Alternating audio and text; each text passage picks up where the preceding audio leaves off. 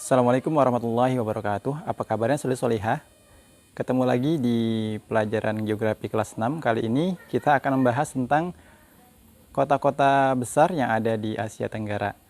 Namun sebelum kita membahas kota-kota besar di Asia Tenggara yang antum bisa lihat di modul, kita akan membahas definisi kota dan fungsi kota serta jenis kota apa saja, karena kota itu banyak macamnya ya. Baik soleh-solehah,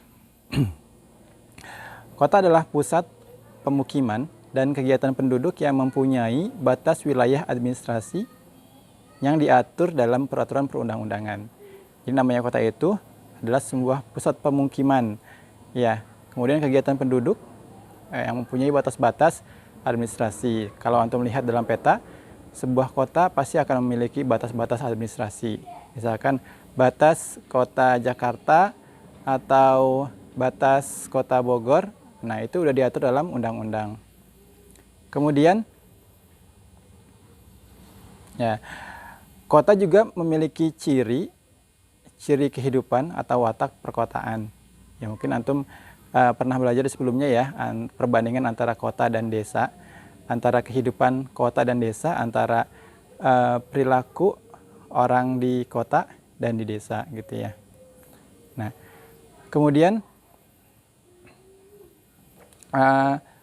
sistem kota adalah kelompok kota-kota yang saling tergantung satu sama lain secara fungsional dalam satu wilayah dan berpengaruh terhadap wilayah sekitarnya. Misalkan Jakarta.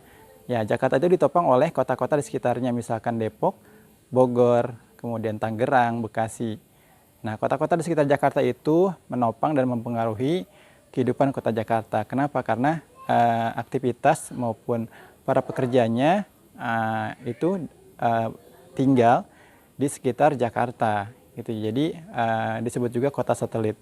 Seperti Bogor, Depok, Tangerang, Bekasi itu disebut juga kota satelit yang menyangga kota Jakarta.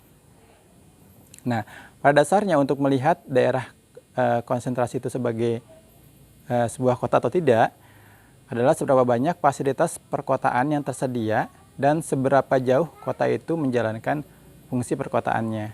Jadi kalau mau dilihat itu sebenarnya kota atau tidak, kita harus lihat fasilitasnya. Ya, fasilitas perkotaan atau fungsi perkotaan antara lain sebagai berikut. Ya. Pertama, adanya pusat perdagangan. Ya, adanya pasar, adanya mall dan pusat-pusat perdagangan lainnya yang adanya proses ekonomi di situ. Kemudian ada pusat pelayanan dan jasa. Ya, tersedia banyak pusat pelayanan dan jasa. Kemudian tersedianya prasarana perkotaan seperti jalan-jalan yang luas, ya, stasiun, terminal dan sebagainya.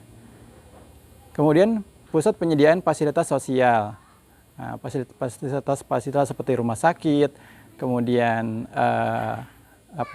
kantor pos, kemudian juga masjid, taman umum, kemudian juga ada terminal, stasiun, bandara, bahkan kemudian pelabuhan dan sebagainya. Kemudian juga ada pusat pemerintahan, ya, pusat pemerintahan. Ya, kemudian juga pusat komunikasi dan pangkalan komunikasi. Ya, jadi kota itu biasanya karena padat penduduknya dan juga dijadikan pusat komunikasi di sebuah negara.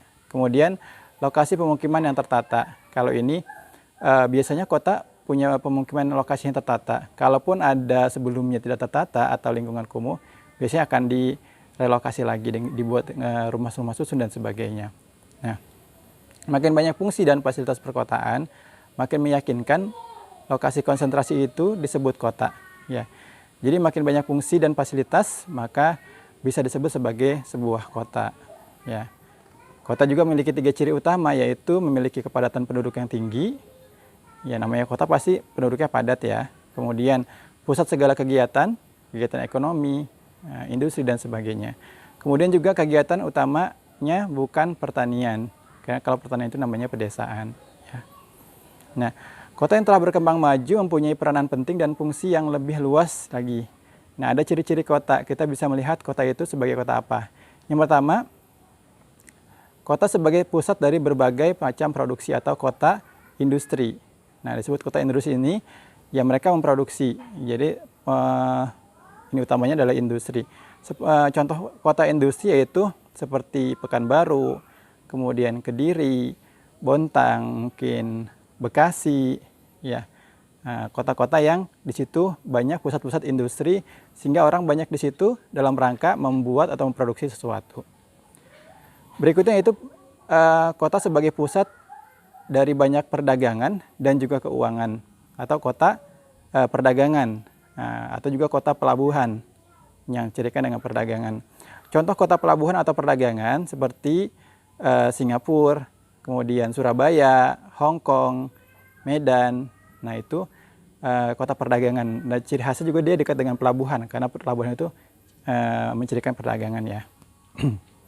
Nah ada juga kota sebagai pusat pemerintahan seperti Jakarta, kemudian juga ibu kota provinsi seperti Bandung, kemudian juga ibu kota provinsi yang lainnya sebagai pusat pemerintahan, sehingga karena pusat pemerintahan maka orang banyak ke situ. Ya, contohnya tadi ya Jakarta, Bandung ibu kota provinsi, kemudian ibu kota yang lainnya. Kemudian kota sebagai pusat dari sebuah kebudayaan. Jadi muncullah kota itu karena diawali dari kebudayaan, misalkan atau kota budaya, contohnya kota Yogyakarta, kota Surakarta yang awalnya memang sebuah kerajaan zaman dulunya, kemudian sudah banyak orang yang ada di situ karena awalnya sebuah kerajaan, maka kesininya tetap orang itu tinggal di sana dan melakukan aktivitas sehingga menjadi sebuah kota. Ya, diawali dari sebuah kebudayaan. Ya seperti misalkan kota Bali itu kotanya menjaga kebudayaan, diawali dari kebudayaan, kemudian orang tertarik untuk melihat seperti apa sih budaya di sana gitu ya. Nah itu tetap dijaga budayanya seperti itu. Kemudian yang terakhir ada juga kota satelit atau sebagai pusat penopang kota pusat. Ya kota satelit seperti tadi Depok, Bogor, Tangerang, Bekasi. Jadi kota Jakarta nggak akan berfungsi kalau orang-orang dari Depok, Bogor, Tangerang, Bekasi itu tidak menopang Jakarta gitu ya, SDM-nya. Kemudian juga sebagai pusat dari sebuah keagamaan atau kota yang berdiri atas dasar keagamaan. Misalkan kota Makkah, ya awalnya karena dibangun Ka'bah di situ, orang kemudian melakukan ibadah di sana, semakin banyak orang yang datang ke sana beribadah, semakin dibangun fasilitas semakin besar dan akhirnya menjadi sebuah kota. Atau seperti kota Vatikan atau Yerusalem, itu adalah kota yang awalnya adalah sebuah kota keagamaan. Ya, seperti itu. Jadi ada berbagai macam jenis kota ya, tergantung fungsi dan mereka berdirinya seperti apa. Ada kota industri, ada kota perdagangan atau pelabuhan, ada kota pusat pemerintahan atau ibu kota, ada juga kota yang awalnya pusat kebudayaan, ya. Kemudian juga ada kota pusat sebuah keagamaan dan kota satelit. Nah, itu tadi fungsi dan jenis-jenis kota. Nah, itu semua umum ya, kota-kota yang ada di dunia, baik yang ada di dunia maupun yang ada di Asia Tenggara, termasuk juga di Indonesia. Nah, sekarang silakan antum lihat di modul ya kota-kota besar yang ada di Asia Tenggara, dan kemudian antum simpulkan, kemudian pelajari kota itu termasuk kota yang mana. Apakah kota industrikah, dia besar karena industrinya, atau kota pusat pemerintahankah sehingga orang datang ke situ, atau kota pusat budayakah gitu ya, seperti misalkan di Kamboja gitu ya, di kota-kota yang pusat kebudayaannya bekas kerajaan, atau kota pusat keagamaan gitu ya, kota pusat keagamaan yang memang kota itu awalnya berdiri karena nilai keagamaan yang tinggi sehingga orang banyak berkumpul di situ seperti Mekah, kemudian Vatikan atau Yerusalem ya. Sekian pelajaran geografi kali ini.